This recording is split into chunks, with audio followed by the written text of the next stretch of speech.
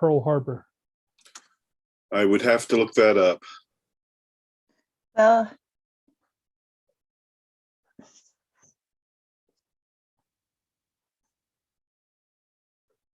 wasn't it 1941?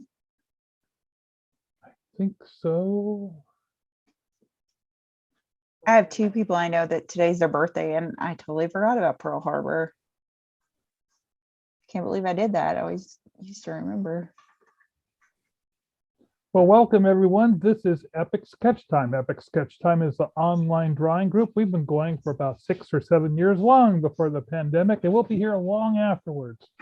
All of us together, virus-free, hopefully. Cross your fingers, knock on wood. My name is Mark Monlix. I'll be your host. I live in Tacoma, Washington, and today I'm going to be showing off a movie poster I did and be working on a jigsaw puzzle by coloring it. With me today is Katie and Bill. Guys, introduce yourself. Tell us where you are and what you're working on today. Okay, hi, I'm Bill. I'm a cartoonist and illustrator living in Seattle, Washington, and today I am working on the second Sunday page of my annual Christmas story. Hi, I'm Katie Cord. I'm in Bonnie Lake, Washington, and I paint and draw and mostly like to paint screaming ladies and tarot cards. You can find me at Ambivalent Tarot or Evil Girlfriend Media on Instagram. Bill, I have a question for you. I know that you're on the national board for the Graphic Artists Guild and that they've been meeting this week. Did you have a busy day there today? Actually, I'm not on. I'm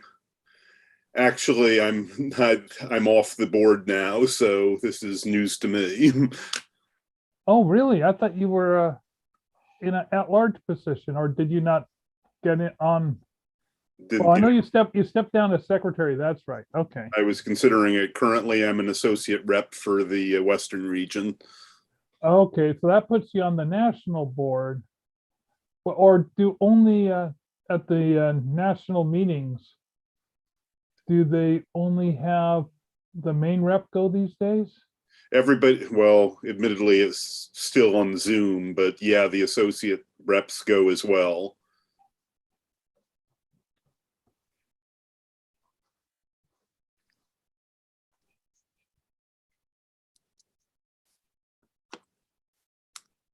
Oh, let's see. So there is a movie playing at the Grand Cinemas on Saturday called Harold and Maude, and it's the 50th anniversary release of that movie. I'm going to go ahead and make it so that everyone can share their screen.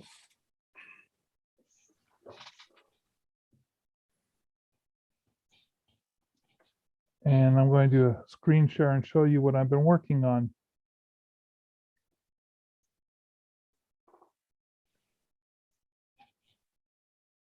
I can.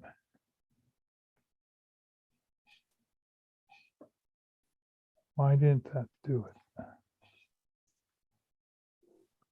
My iPad did a system upgrade last night.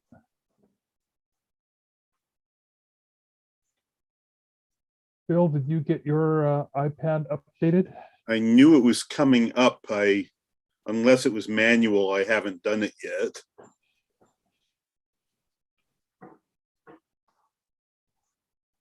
I mean, unless it was automatic. If it was obvious.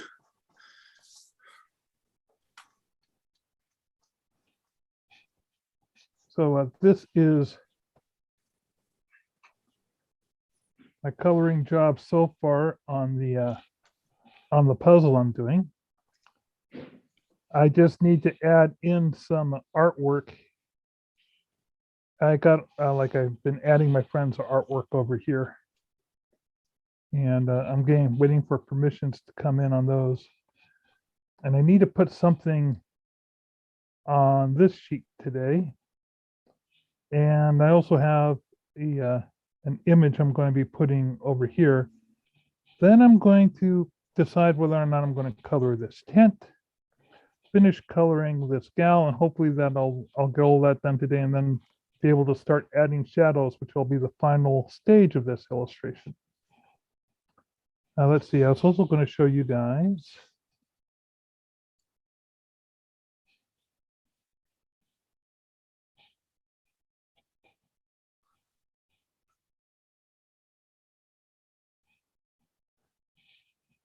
Oh, So the way I created this image for the Herald and Maud is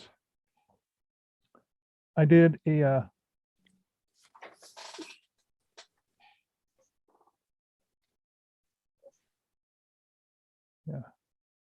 start from the bottom up.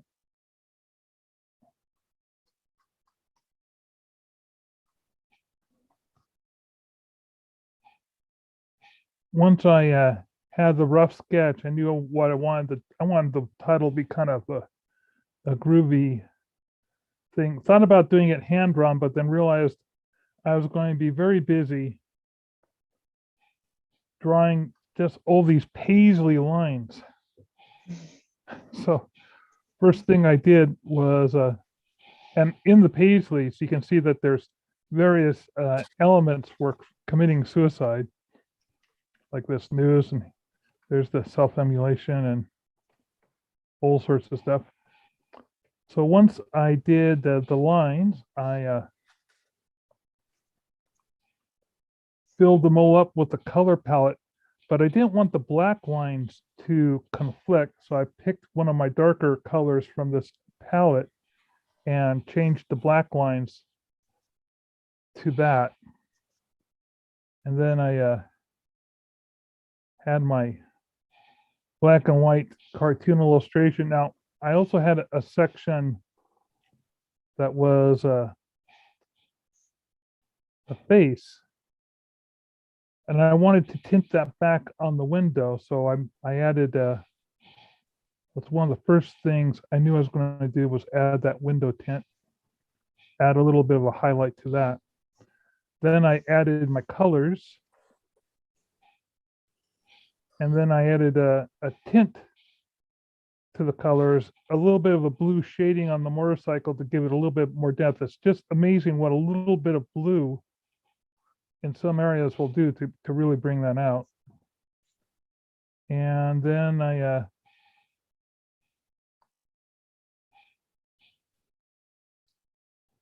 had to put the title on like 3 different layers because the black just wasn't black enough. And I ended up having to go up and I learned a couple different ways of making that black blacker.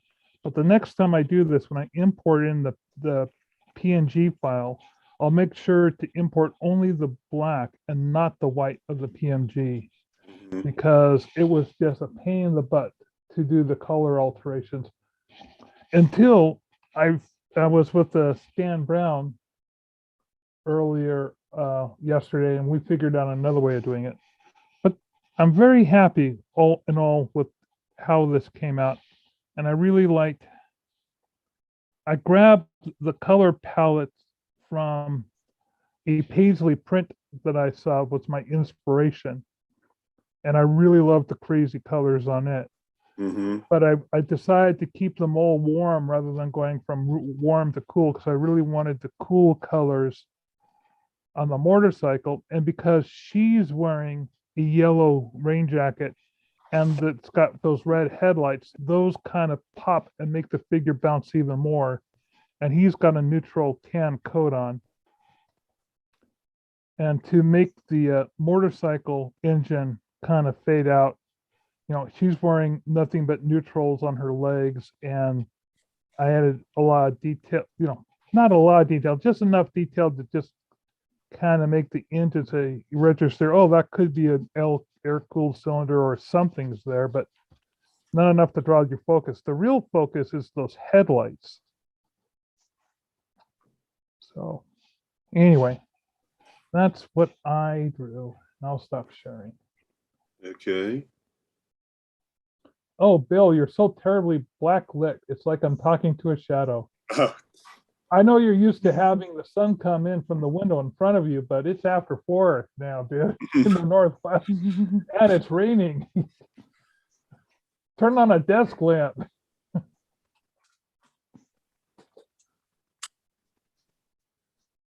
Ah, there we go. Much better. Thank you, Okay. Bill. And I can show off what I'm working on. As I said, it's the Sunday strip, the second Sunday page. And I pretty much finished almost all of the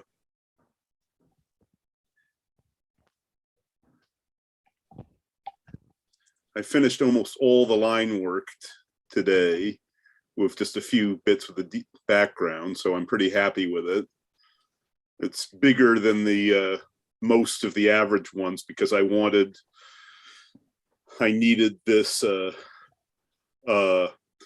space to show the impressive item.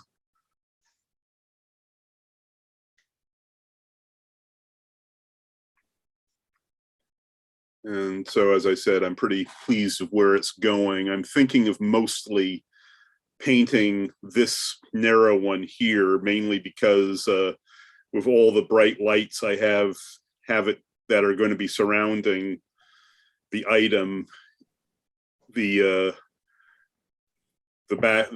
buildings in the background probably be drowned out in the black or be completely blurry. So as I said, figured I'd paint them.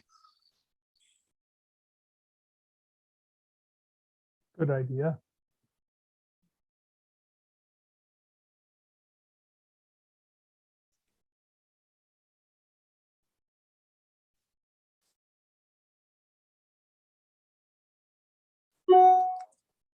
Mark, I appreciate your cleaning your background. I realized that was one of my biggest failures on this piece that I'm working on right now is I didn't know what I was doing with the background before I started work. And so now I'm kind of working around all these heads and doing a lot of testing to see what colors look best. And yeah, I wish I would have done that. And also I love that piece. I honestly feel like it's one of your best, but I also have a great love for that movie. So I can appreciate it quite a bit. Yeah, I'm ordering a fair amount of prints because I know there will be people who will want that poster. Yeah, no, I mean, I like most of your posters, but this one is the first one I think that's been done in your usual style.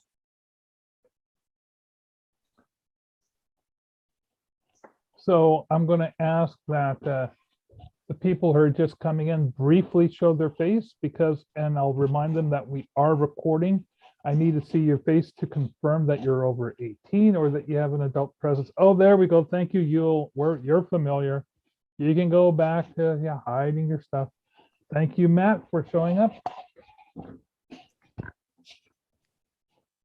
And if either one of you want to do some show and tell or have a question regarding art or techniques on art, like I'm going to give Katie some unsolicited advice. Oh, I love your advice. Most painters and artists will do the background first. Yes. Okay. Or at least do a temporary background so that when they're working on the foreground, they have a fair sense of how things are working in.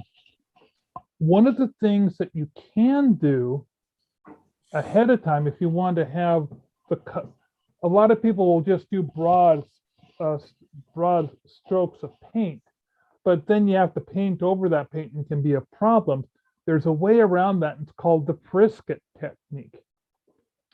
And Frisket is named after this material that you can buy, but you don't necessarily have to buy it. It's a form of sticky film that you lay down and then you cut out a rough piece for your main subject matter. And then you just, using an X-Acto knife, you carefully trim the edges, peel off the edges, and since it's sticky, you just kind of burnish it down onto the canvas. Then you can paint wildly over the top of it, get your background done, peel off the Frisket, and you have this beautiful clean surface underneath. And a lot of artists will do multiple Friskets as they work on a piece, like they'll just put a frisket around. This is how airbrush art works, is that an artist will do a frisket that covers most of the art, and they just airbrush that one area. And you'll even see people who are doing graffiti use something like a piece of newspaper or a plastic can or something and throw it up really quickly and use it as a frisket. And depending on the depth that they're holding the newspaper away from the wall, they get a different type of, they get a more of a fuzzy edge. And you can also do this with blue tape that painters use. And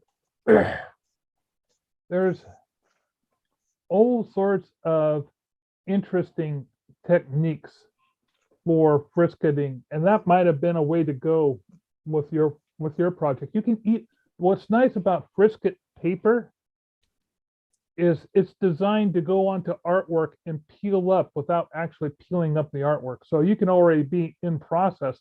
And if you're working with something like pastels or acrylic that dries easily, you can easily put a frisket down on that and not have to worry about repainting the edge 4 or 5 times. Yeah, I actually used painter's tape on this one.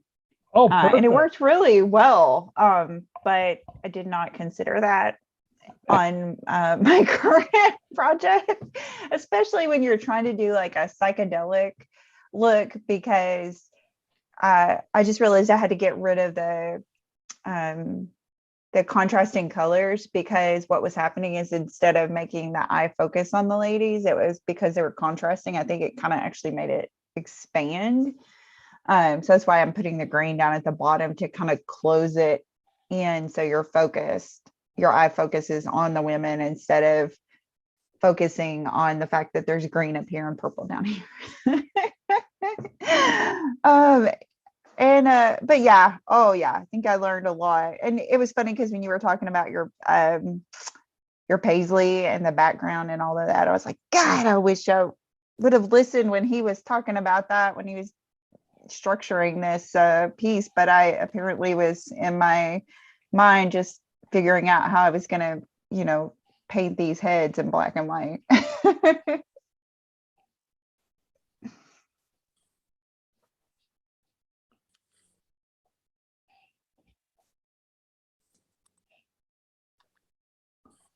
I wish there was a way in Procreate that you could file things more than in stacks, because I have stacks going back a couple years, and I'm realizing I gotta dump these things out of my Procreate because I'm having to scroll to find things, and it's not like they have folders or anything. And I'm kind of going, well, what do you expect? It's a $10 program. I know what you mean. I generally continually move all the stuff I regularly work on upward. And I suppose you can save the Procreate file somewhere else other than inside your Procreate app. I hope so, because I worry that I might be getting close to the filling point.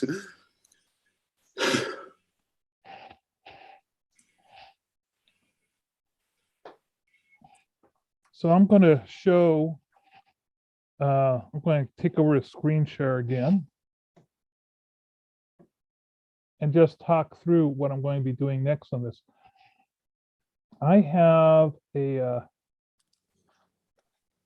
my friend Mark Brill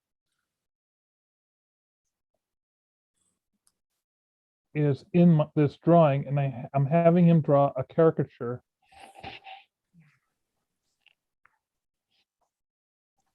And he actually drew the caricature for this piece, because you would think that of the hundreds of caricatures he's drawn of kids, he would just grab one randomly, but no, he didn't. He just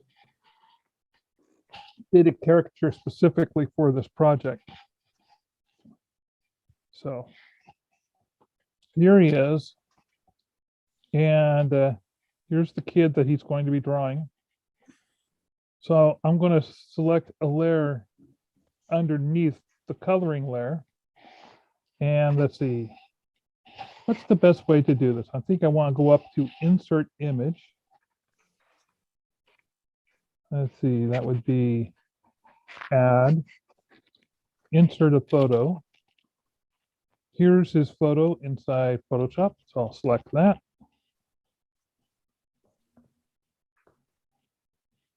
And now I'm wondering, oh, here it is. It's over here. Drag it into place. Why isn't it showing up? It's on the right layer. Why didn't that show up? There it is. Oh, that's why it didn't show up. For some reason, that layer had it, some white's already been dropped into the canvas. Well, I'll just fix that. First, I'll just go in.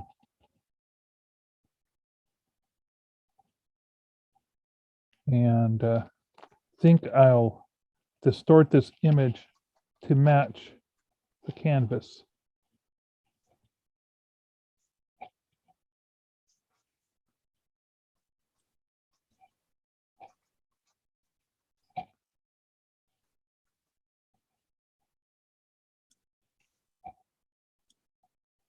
That's pretty good.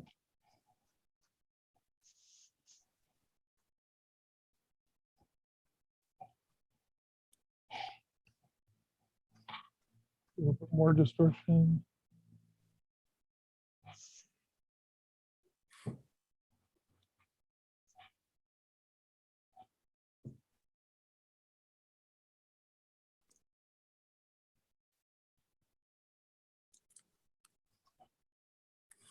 There we go.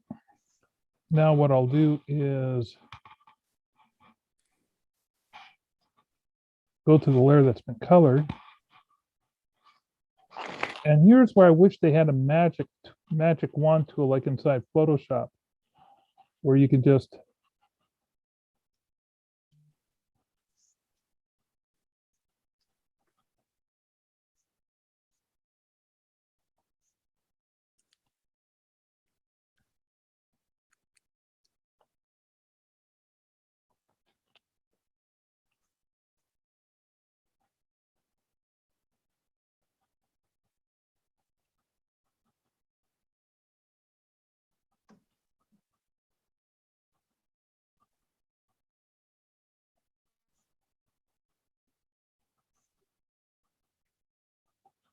I got those lines added in. Now I'm going to erase. Oh, I messed up. I'm going to have to go back.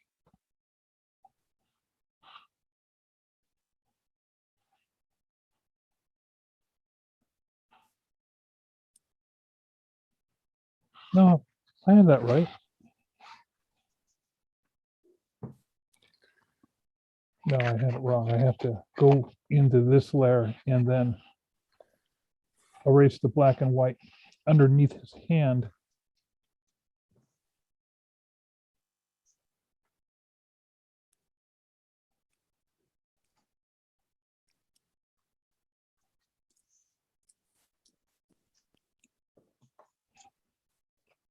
Now, when I turn on this layer, I'll have to be more careful about doing an erase on the right layer.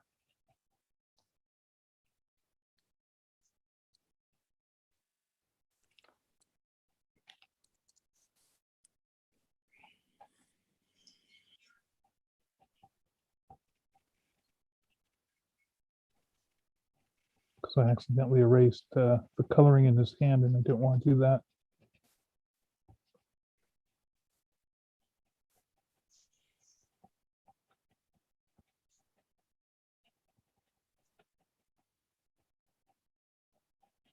Now, normally I would love to keep as many layers as possible, but because this file is so huge, I'm having to limit the number of layers. At times, I'm lucky if I can get away with working with 5 layers. Oh, I know what you mean for this one. When I was doing the initial pencil work on Procreate had only allowed me 7.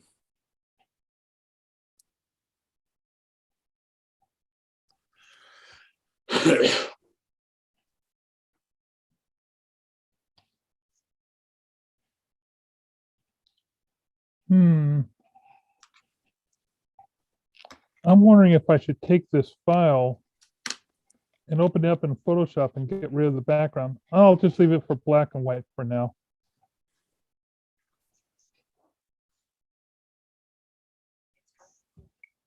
I was thinking about coloring that, but that means that I have to figure out the whole thing with levels again to knock out all the white. Wonder if I can figure that out now. There is, maybe if I go into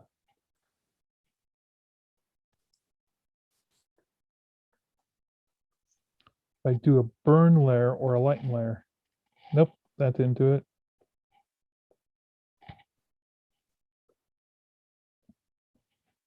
Oh, I know I need to have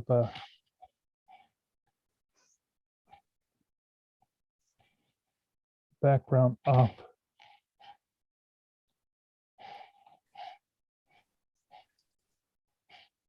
Did I? Oh.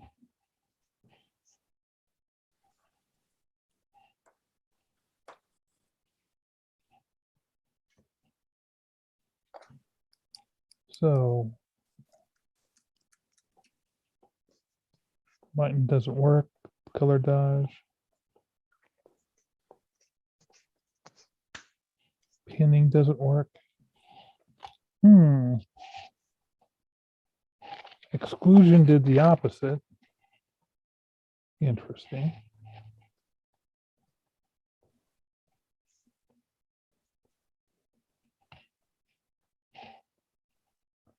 None of these is having the effect I want. Maybe I should go into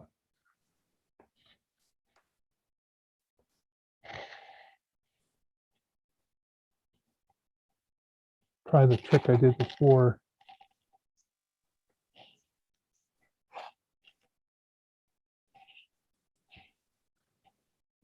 No, that only works if I'm doing redoing the fill. I'm not supposed to do a nope. Oh well, I'll just leave that like that. Figure that out later. I might go back in and make the and put that into Photoshop and then save it as a PNG file and import it in. That way the whites will be transparent and then I can color underneath it. I'll stop sharing. I asked my friend Brill if he did that in Procreate or where he did that. Now what to work on next? Oh, I was going to.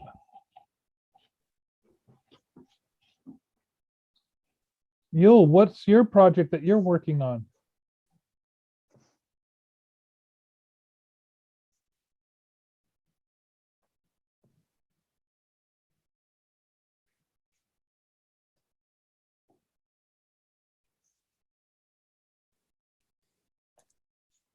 She's still looking for a microphone. I'm sorry, I asked you a question.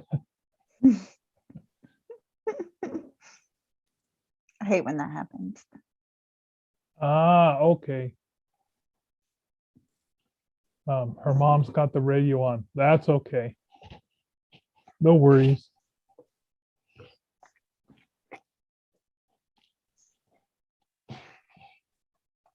Now I'm.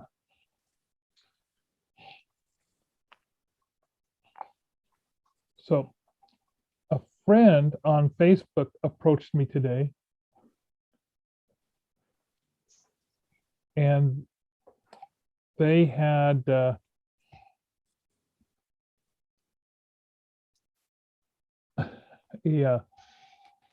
dilemma. They had done 2 paintings. They were both terrific paintings. And so and she sold them for a hideously low price of $150 each.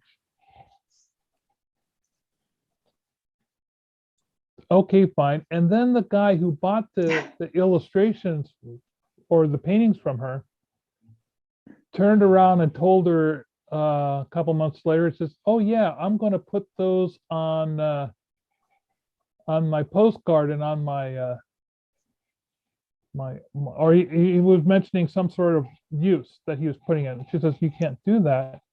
You only bought the originals. You did not buy any licensing." And in a fit of pique, he destroyed both the paintings. Oh my gosh. Well, guess what? She actually has recourse, because it says, okay, in the US Copyright Code, because, you know, I'm really geeky about this stuff.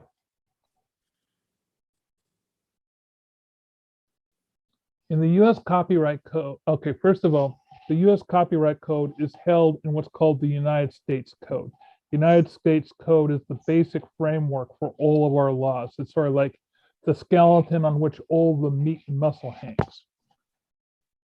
And a lot of the codes people know by their names. Like everybody knows what Chapter 11 means, or it means going bankrupt. It's a clause for where in the code that you look for financial matters and the type of filings you do. Copyright is located under what's called Chapter 17. And underneath Chapter 17, in a section called 106.A, rights and certain authors to attributions and integrity. This is basically a morality clause. There is something that says, and I'm scrolling down to it.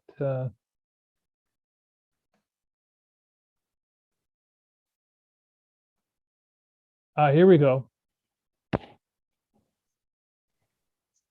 The author has the right to prevent any destruction of work of recognized stature or any intentional or grossly neglected destruction of that work.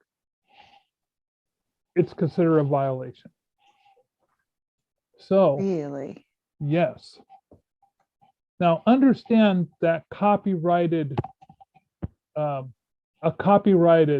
published work, like say a book, if you buy somebody's book, or if you buy a print, or if you buy, you know, like my deck of cards, anything that's been published, it's not the original piece of art that you bought, you can destroy those. It's your right to as the owner of those. But when you buy an original piece of art, you're not so much an owner as a curator. And so here's the steps I told her to do. One, make sure you have to register the copyright on your work as soon as possible, because that establishes a paper trail. Also, unless while your copyright work is protected, to enforce those protections, you need to be registered with your copyrighted work. So she has to, even though she hasn't registered until now, she can still register. So register her copyright. Once she's done registering the copyright, right now it's a he said, she said. There's no paper trail. So write him a letter or an email or a text, preferably an email or a letter, and go into this letter without giving away anything about, don't mention anything about Selma, don't mention anything about copyright. Start off with some language like, I was really upset to find out that you destroyed, give the name of the artwork, on such and so day. That is the day you decide to burn it, isn't it? Question mark. this was an inappropriate action because I was willing to discuss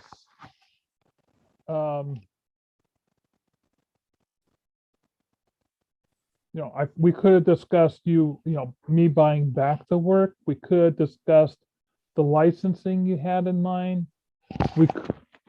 But for you just to destroy it was not a good thing.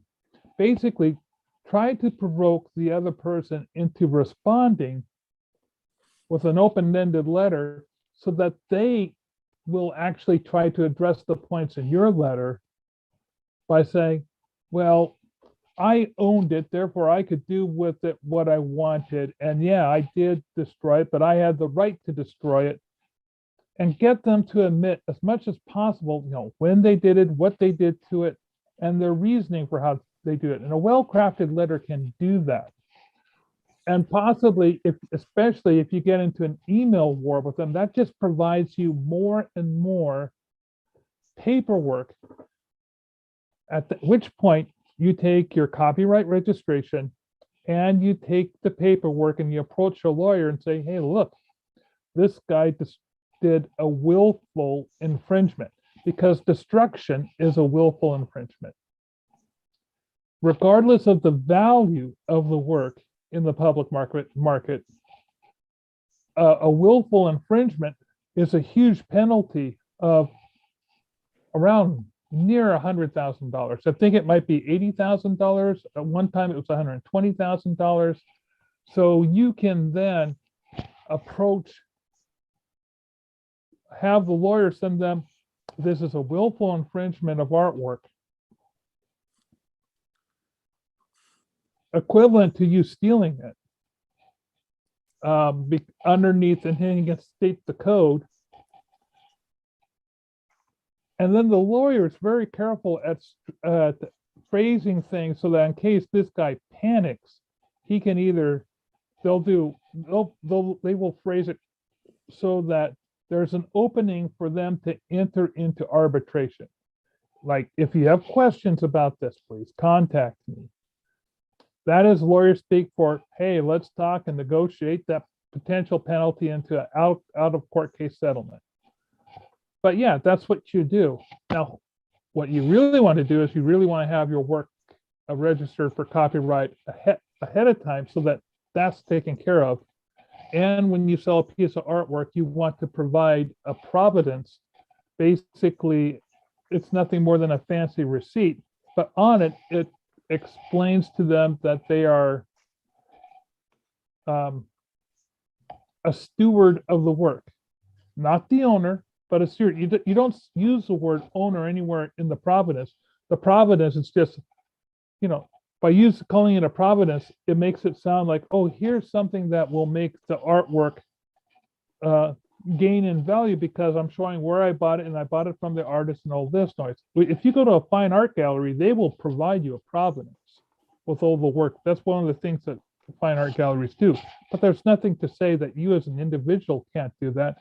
And on all the artwork that I sell, I pre-print out these provenances and I just put them in an envelope and I have them stuck in the back of the artwork. Not that I sell my original artwork too much, but that's what people should do, and which could have saved her a whole lot of problems. But most people, they just want to paint the art, hand it off to someone, and assume that it's going to stay on their shelf. I know another woman, she got a gift of art from a friend. She didn't like it. And rather than give it away or give it to Goodwill, she burned it. So you don't do things like that. So that's my 5-minute rant. I'm sorry. Well, I think that was a really good rant because I had no idea that you could do that or get in trouble for burning someone's art that they made for you. So what you're saying is I could sue my mom for all my drawings that she threw away when I was a kid. No, I'm just kidding. Well, but here's the thing. You had to have registered those work. If a trademark. So you had to have a not trademark. copyright. Copyright, I mean. Yeah, copyright and trademark are two different things. Okay, well, that is definitely good to know though, because I did not know that at all. Because, you know, I am painting a couple of original pieces that I'm hoping someone will give me money for, but I guess I've been of that attitude of what you just said, which is I make it and I don't sell it for very much and it goes to a new home and I don't think about it again. What you should do But is take as many really good photographs as you can of your artwork before you sell it. And then there's a clause that you can put into your work. Let's see, I think I actually have it here. Let's see, what did I write?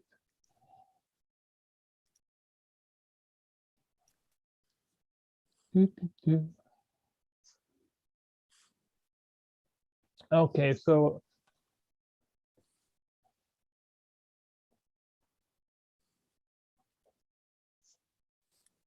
what you should do is, you know, have the big word provenance on it because that looks fancy. I make my provenance look big and scrolly and prominent so they feel all important.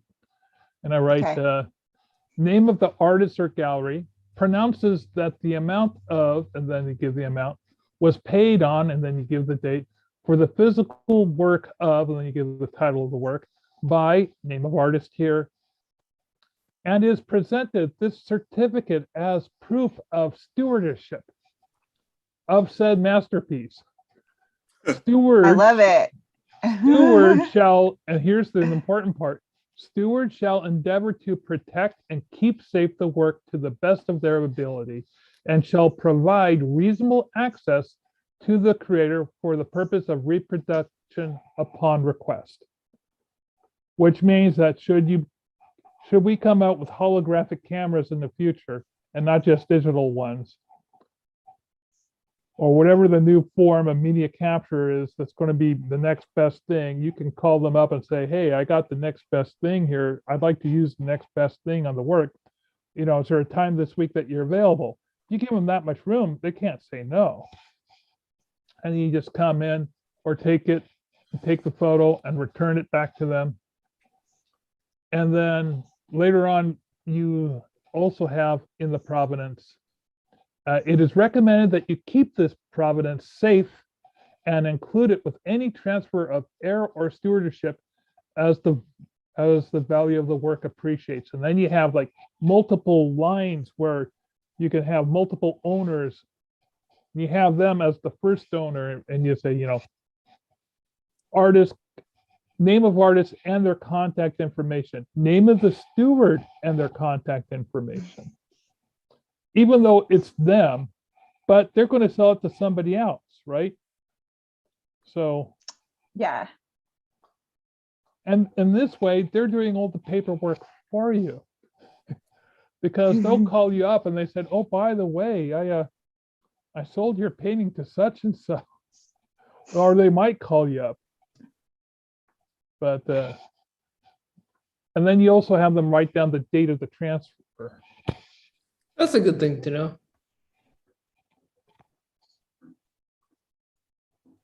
If anybody wants that wording, you can reach me at markmonolux@comcast.net.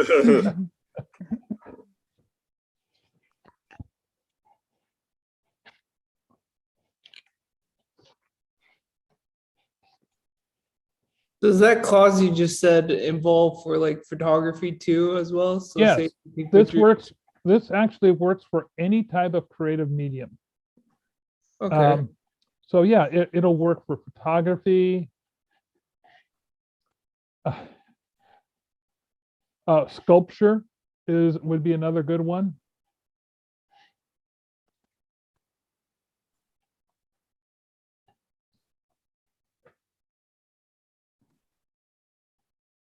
Because I was thinking later on maybe to sell my photos. That's Oh why. yeah, this would be great. Matter of fact, if you're selling photos, and if you sell the photos as a limited print run, Yeah. and if you write the number of the sequence. Like, let's say you're only going to do 50 of those photos, Yeah. or you write down the number of the photos. Like, there's an artist in Cuba, a photographer, who took this really famous picture of Che Rivera, Okay. and he's licensed the hell out of that thing, and he sells prints. But he's also done a very smart thing. For every print that he sold, he's numbered each and every one. Oh wow. That's good. And he's numbered each one for each size that he sold. And then, and he's also done something where he'll sell the prints fairly inexpensively, but the actual photograph taken from the negative has a much higher value. Okay. So, yeah, he's made his entire living off of Che Rivera. Is that the Che Guevara poster or one Yeah, other? that is the Che Rivera poster, the one with the guys looking like this. Okay. Yeah, that's the one. And even though he's been living in Cuba, he has been ruthless, yeah, in protecting Hey. his rights, because he was smart. And even if you live in another country, you can file for copyright in other countries. It's totally legit. Oh, that's good. Now, typically, you don't have to do that because most countries signed on to the Berne Convention. And that's spelled Berne. And the Berne Convention happened in the early 1900s, basically saying that each country will obey the other country's copyright laws. However, if you're an American,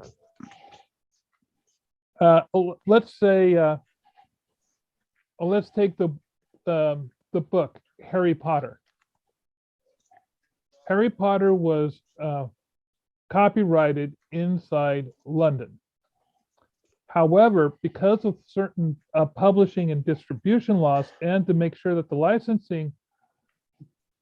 licensing is done differently in the US and has to apply to US laws, because the US copyright is very different and not as good as the licensing laws inside the UK.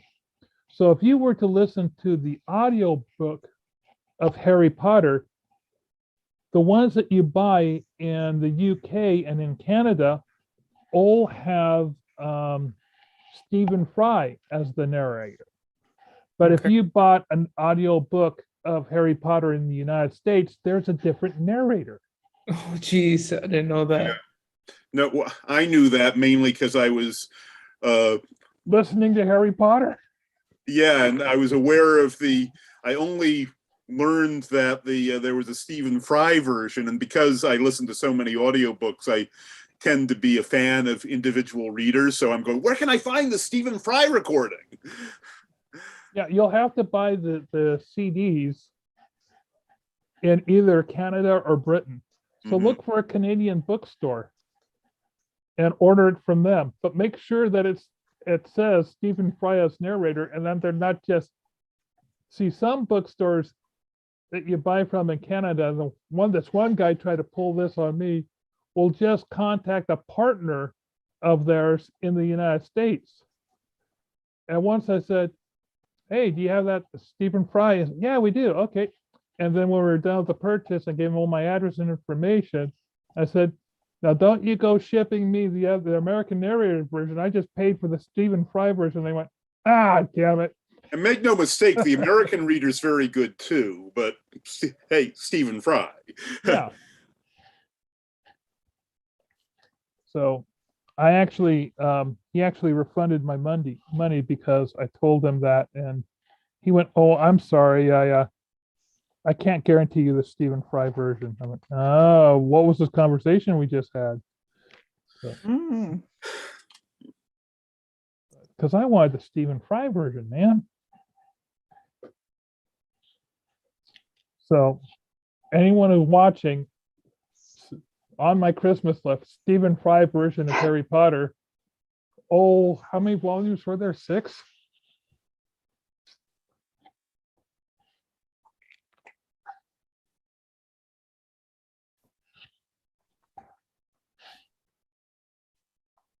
Well, thank you for telling me that. So You're welcome. Yeah, licensing and copyright law. I love that stuff. I really get into it. You do. I've if learned you- so much from you. If you go to Is my it- YouTube channel, I have a little YouTube list called Law and Artist that me and my friend Daniel Abraham, who's a lawyer I know in New York, and Daniel and I go back decades.